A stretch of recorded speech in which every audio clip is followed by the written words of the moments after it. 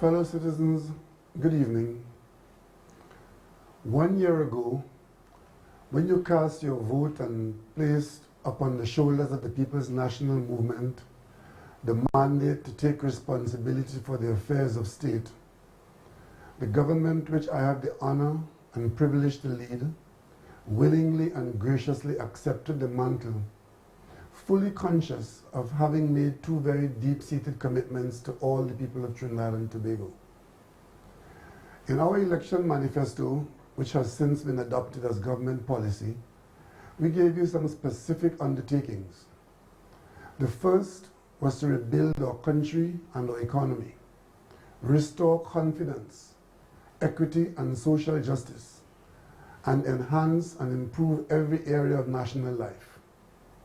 We assured you that we had prescribed a broad-based suite of detailed policy initiatives, projects, programs and measures that will lift us out of the chaos that had been created by the previous administration and put Trinidad and Tobago back on the road to growth, development, social peace, economic stability and transformation, where all citizens will get their fair share of national resources and receive good, honest, equitable and transparent government. Secondly, our vision was and still remains that of a society where integrity and morality in public life would be of the highest priority, one in which the government serves the public good above all else, and where decisions are made and actions taken in the best interest of all concerned, even when the decisions are difficult. Those, in summary, are our overarching commitment to you. They are commitments which no one can deny us the honor of having so far to set out diligently and methodically to discharge. Ladies and gentlemen, it is against this background that I address you today to give you a brief account of our stewardship over the past 12 months. My fellow citizens, my government took office in September 2015 against the backdrop of energy revenues collapsing precipitously by as much as 70% or more. This was compounded by a protracted shortage of natural gas, falling oil and gas production, an economy contracting at the rate of 2% per year, and commodity producers slashing exploration investments and downsizing operations worldwide. For the last 10 years, we have been sitting on a crisis in the oil production side, and we have allowed it to escape us, largely because the situation has been masked by relatively strong revenue streams bolstered largely by favorable prices. The situation can no longer escape our attention, and sustained lower prices now and into the medium term should be a matter of great concern to all of us. These are the production figures.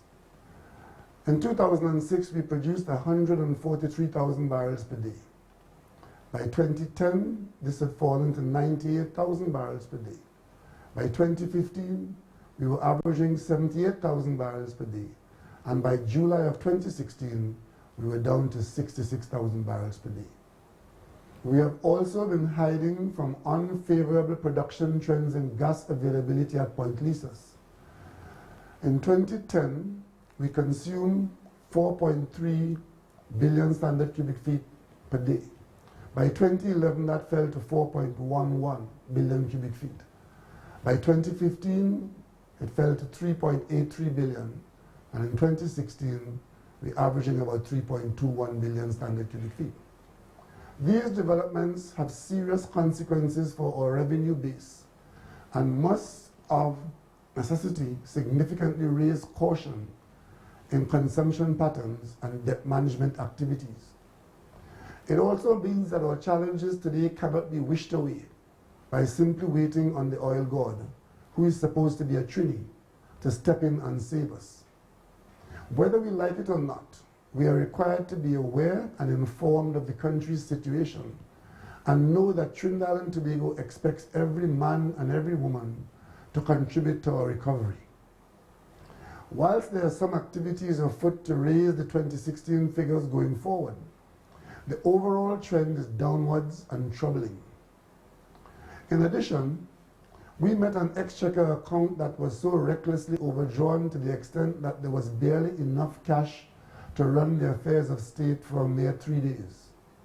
Add to this the more than $5 billion in arrears of salary, unapologetically owed to government employees, the billions of dollars owed to several contractors and sundry creditors, some clandestinely contrived, all in the face of less than 1 month to prepare and present a national budget, and you begin to capture the scale and nature of the task ahead.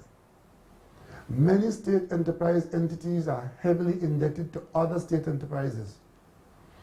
Add to that the secret billions of short-term loans which became due for payment 6 months after the swearing-in of the incoming government. Suffice it to say that this is just a minuscule overview of what your new government was confronted with from day one. As a means of extricating the nation from this near calamitous state of affairs, bold and decisive steps had to be taken to save the day, not the least of which was the directive to all ministries and state corporations to reduce expenditure by 7%. The first signal of the call to the nation that belt-tightening was inevitable. In spite of these stringent measures, and in recognition of the social consequence of the economic circumstances, we reduced VAT to 12.5%, increased personal allowance to $72,000 per year, increased OJT stipends, and removed fees paid by our senior citizens for essential services, if only to ease their burden of economic adjustment. Thanks to fiscal prudence by your current administration, we are steadfastly and meticulously positioning our economy to confront our revenue shocks and worsening international economic forecasts. Our Treasury has roughly 11 months foreign exchange cover. Notwithstanding the issues surrounding the availability and consumption of foreign exchange, we have managed to maintain our reserves at $10 billion US, the same as it was in September 2015. As we had indicated at the budget in September, and also in the mid-year review, contrary to allegations of secrecy as being made by some, we did transparently withdraw $375 million US from the stabilization fund, leaving a balance of $5.45 billion US. Our commercial banking and insurance sectors have once more sprung to life with foreign exchange issues receding, and a strong, well-equipped and progressive private sector, developed and grown over years of prudent incentivizing, making us capable of not only rising to the challenges ahead, but also leave us poised to take advantage of the significant opportunities which times like these often tend to create. What this means is that we as a people have a golden opportunity which, if capitalized upon judiciously and intelligently, can restore confidence in our ability to dictate our own future with dignity and assurance, and without the harsh and unpalatable structural adjustment impositions which are the hallmarks of IMF rescue programs. This is not an option which my government proposes to exercise.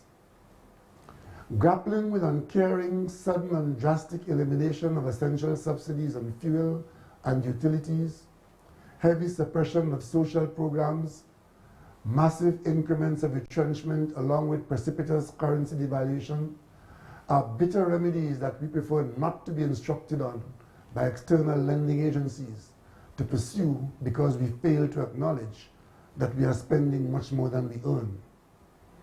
We are too gifted, talented, resilient, and sensible to succumb to that.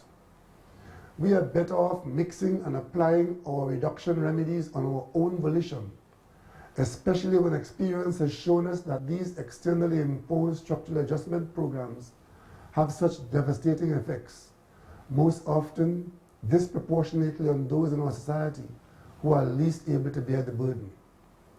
The task now is to make the necessary, sometimes painful adjustments, find ways to stimulate growth in the process, and at the same time, protect the weak and vulnerable. It is not an entirely pleasant task, nor is it a hopeless one. It is far from being an easy exercise, but we are up to the task of guiding the process to a sustainable landing. The abiding faith which I repose in the well-meaning citizens of Trinidad and Tobago give me every confidence that with dialogue, debate and discourse, balance and reason, consultation and collaboration, augmented by the determination to eliminate waste and eradicate graft and corruption, we have what it takes to bring our spending into balance and work our way back to peace, prosperity, and a decent standard of living for all. In this regard, your government has decidedly taken the lead. We are leading by example. We started out with a much smaller cabinet, 23 members down from 30 odd. We took a 5% pay cut by donating that much to charity. We limited public expense travel and partying in favor of other essentials. And even though Parliament has been up for review, there will be no salary increases until the situation improves considerably. Except, of course, if part-time members become available for full-time duty in the House in order to bring about greater accountability through the workings of the committee system. The government's approach to the restructuring of GATE has been largely acclaimed among the citizenry, who, thankfully, are prepared to accept that things are not what they used to be and that we just can't go on this way. The phased approach towards gradually reducing the fuel subsidy has been no less understood and widely sanctioned. There will be other managed phased reductions of government expenditure in some areas of individual responsibility, coupled with increased expenditure on infrastructure and investments to grow the economy, since it is through a return to economic growth that we will all be able to enjoy opportunities for stability and prosperity for ourselves and our families. No economic growth equals steady reduction of the middle class and perpetual poverty at the base of the economic pyramid. Since assuming office a mere 12 months ago, the government has been making steady progress. We have been doing so objectively, systematically, and without the excesses of expensive fanfare. Step by step, we have been putting the modalities in place to steer the nation's ship of state towards recovery and restoration, following that traumatic and painful period of 5 years of reckless, irresponsible, and woefully corrupt governance. It is testimony to our responsible, sane, and sober approach to governance that there has been no widespread mass layoffs, nor economic and social instability in these trying times. Even as we confront our challenges, we do so with quiet confidence that there's a bright future ahead for Trinidad and Tobago. The special entities which we have set up and the series of bold initiatives which we have taken in our quest for a much improved quality of life for all are quietly taking root. Our newly appointed boards, comprising eminently, legitimately qualified professionals, have been settling down and now oversee the successful functioning of our public utilities, state boards, and state corporations. A thorough review and analysis to effect overall upgrade in the quality of our healthcare delivery services is well advanced. Tomorrow, the Winston Welsh Committee, which was tasked to review healthcare delivery in the country, will present its first report to the Cabinet. Our National Economic Advisory Board has begun to deliver, as has been evidenced by a number of individual and sectoral reports which have already been received by the Office of the Prime Minister. Some of these reports will be available for public discussion. And now we await the details of the 2017 budget. The Theodore Lewis Committee on History and the School Curriculum is hard at work, and the Minister of Education has laid a firm hand on school violence and indiscipline. The restored Standing Committee on Energy now guides us professionally and meticulously as we seek to navigate the turbulent international waters in monetizing our natural indigenous energy resources, given the prevailing adverse global economic conditions. We have been and continue to be in a very precarious position with respect to the natural gas supply, which has seen persistent shortages at Point Lisas, resulting in sustained losses to some of the businesses there and significant curtailment of revenues to the government. We have focused on this very troubling development and are also now poised to enter the negotiations which are becoming due as the original long-term gas contracts begin to come to an end. We have also been engaging the worrisome issue of Petrotrin's $20 billion debt, which becomes due shortly and which it will not be able to service unless the government intervenes in ways, as we are doing now, to restructure the debt and reorganize the company. On this score, the government intends to sit down with the OWTU to engage in deep and far-reaching discussions on the way forward for Petrotrin and Trinidad. As I said a moment ago, oil production, which has been sliding steadily over the last few years, is now down to below 70,000 barrels per day, the lowest in 65 years, well below where it should be if we are to rely on it as heavily as we do now. Simultaneously with all this, and spurred on by the gas supply concerns, Trinidad and Tobago has engaged in discussions and negotiations with the government of Venezuela, with a view to partnering with them and the international private sector in monetizing through Point Lisas Venezuela's gas-rich Dragon fields, which lie off our northwestern border with Venezuela. Following upon the visit of President Maduro, Minister Young, our Foreign Ministry, the Ministry of Energy, ministers and technicians have ceaselessly engaged in numerous contacts here and in Caracas, working towards the completion of these far-reaching negotiations, which we anticipate could see a signing of the commercial project before the end of the year.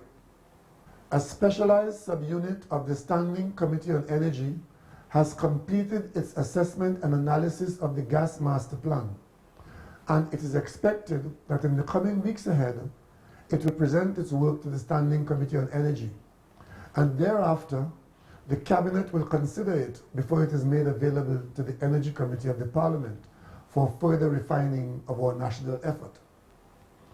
Under the guidance of the Energy Subcommittee, we have successfully renegotiated the terms of the Massey Mitsubishi Caribbean Gas Chemical Limited's natural gas to petrochemical project with Massey Mitsubishi and the government of Japan, thereby permitting the billion-dollar investment project to proceed without exposing Trinidad and Tobago in the manner that the original documentation had. Labre's long darkness is about to see a new dawn. As we talk diversity and look for ways to expand our earning potential, we look outside for opportunities to leverage and apply our national skills and experience, particularly in the hydrocarbon industry. We traveled to Africa to re-engage the Ghanaians with a view to rekindle the lost flames of opportunity in their fledgling gas industry.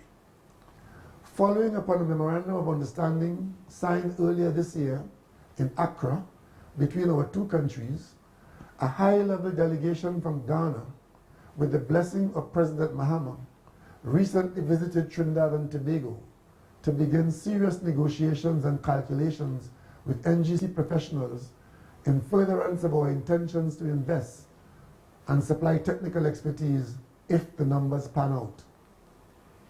Our interest in gas, power supply and generation in Ghana could also have a serious knock-on effect back here in Trinidad and Tobago, since the potential exists for their state-owned aluminium company Valco to expand production so that a supply of aluminium ingots could be made available to the electricity industry in Trinidad for the growth of high-value downstream production here. In anticipation of these developments, Cabinet has re-established the board of Alutech and designated it as the counterpart to carry out the discussions and negotiations with VALCO.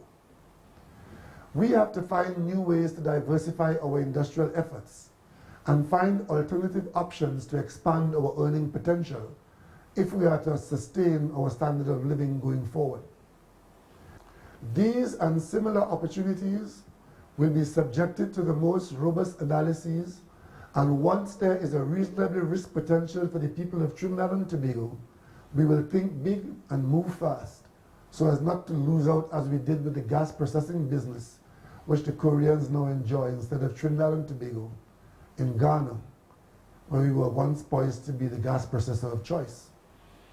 Consultations on local government reform to give these bodies greater autonomy and jurisdiction over the provision of services to their respective burgesses have been concluded in all 14 local government entities.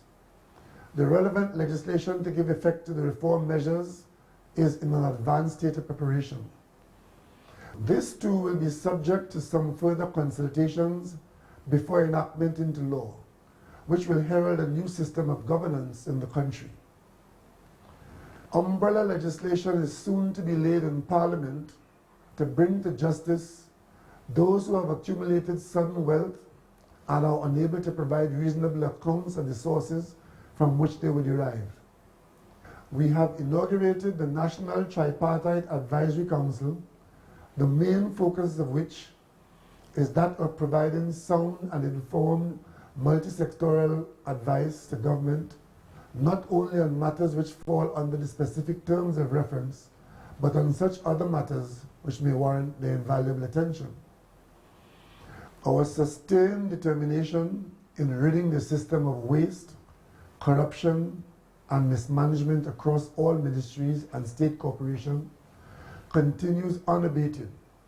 But I must tell you, it is frustrating. Nonetheless, we persevere, undaunted. You'd be surprised to know the level of endemic corruption which has become a way of life, and I dare say an entitlement in some aspects and spheres of our society.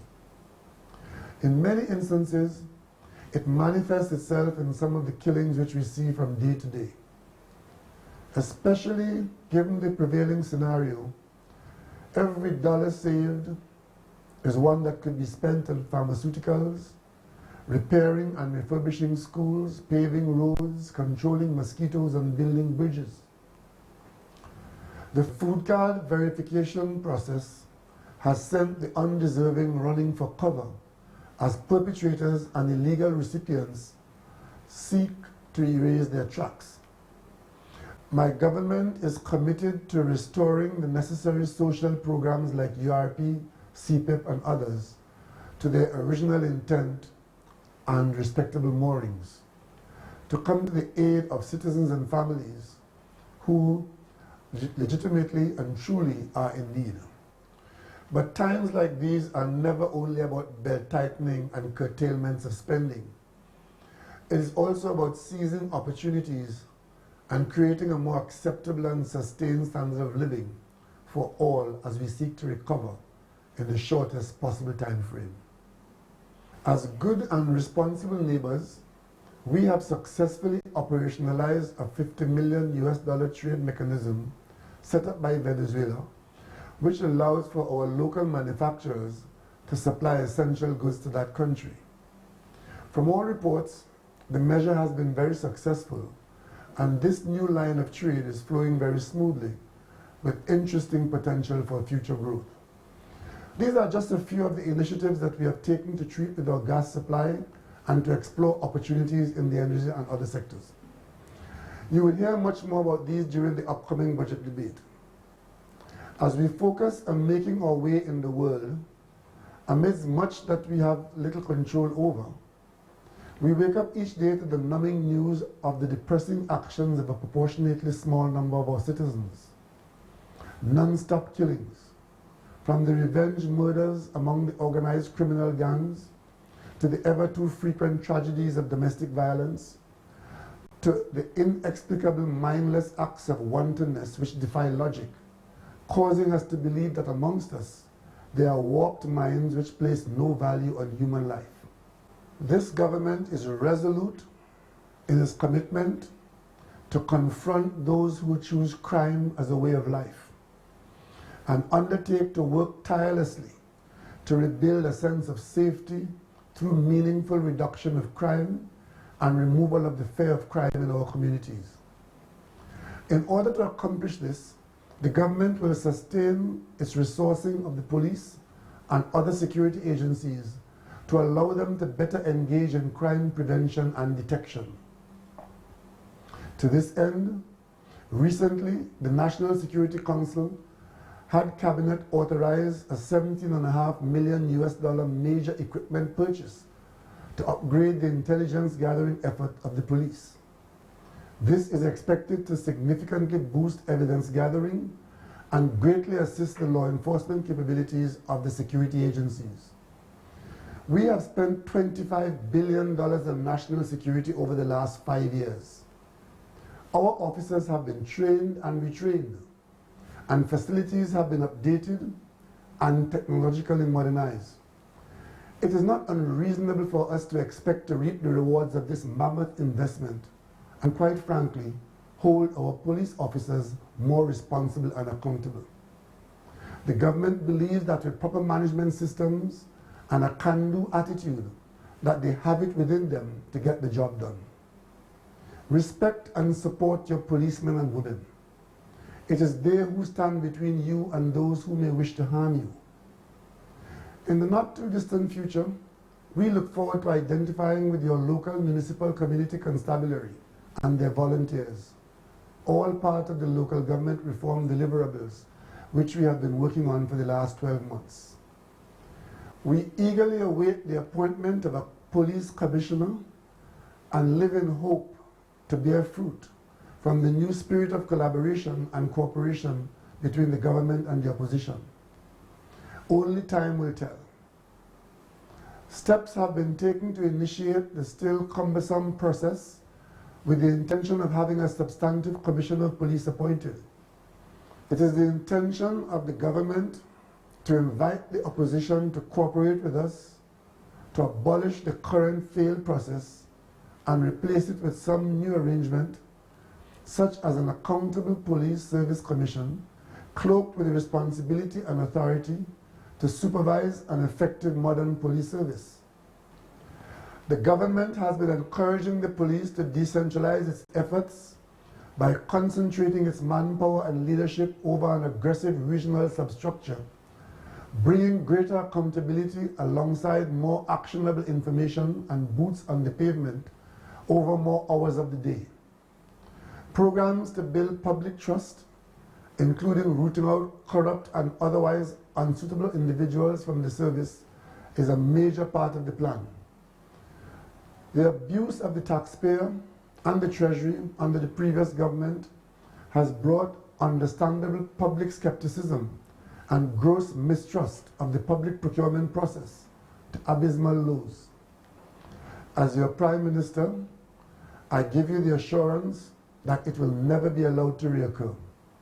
To that end, I have issued instructions to take immediate steps to operationalize the Procurement Act in the shortest possible time, so that you, the disadvantaged taxpayer, can enjoy the protection you truly deserve. In furtherance of the economic benefits to be obtained, we have actively pursued the promise of the construction of the Valencia to Tobago first-class road. To this end, we have procured a consulting firm which is on the job, setting about to select the route and carry out the engineering designs. It is anticipated that the contractors should be breaking ground sometime in mid-2017. Tenders have been invited for the Komuto to Sangre Grande Highway. We have terminated the stalled OAS contract and are currently engaged in calling the bonds and assessing what's there in preparation to continue the project of getting a highway to Point Fortin. New contracts will be issued for this purpose as soon as the review is done and the funding is settled. Work on this particular project will form a major part of the development program for 2017. In Tobago, we are in talks with Sandals to construct one of the largest hotels in the Southern Caribbean, a development which will greatly assist in enhancing our tourism product and lead us toward the forefront of the sector in the Caribbean region. These projects will not only stimulate the economy, create jobs, and put idle construction equipment back to work, but they will also reinvigorate commercial activity and improve domestic travel between our twin island states. A public presentation of this project will be made in Tobago within the next 2 weeks. In furtherance of the improvement of the electricity supply in Tobago, TNTech has already commenced the procurement process to obtain additional installed power at Cove Power Station in Tobago. WASA should not be too far behind with their program for improved water supply through a suitably sized desalination unit. I invite you to pay keen attention to the upcoming budget presentation when you will be exposed to more comprehensive account covering all sectors. In closing, let me leave you with some thoughts to ponder upon. When the price of oil is down, it is the opportunity for our potential as a people to rise to higher heights. It is precisely in times like these that there is room for an abundance of creativity and the birth of new and imaginative ideas. It is in times like these that efficiency and productivity must abound, so that when we return to prosperity, as we will all be blessed with a wiser, more resilient, enriched, and emboldened society. Trinidad and Tobago, thank you for your patience during the past year. May Almighty God bless each and every one of you, and may He continue to bless our nation of Trinidad and Tobago. Together we aspire. Together we achieve.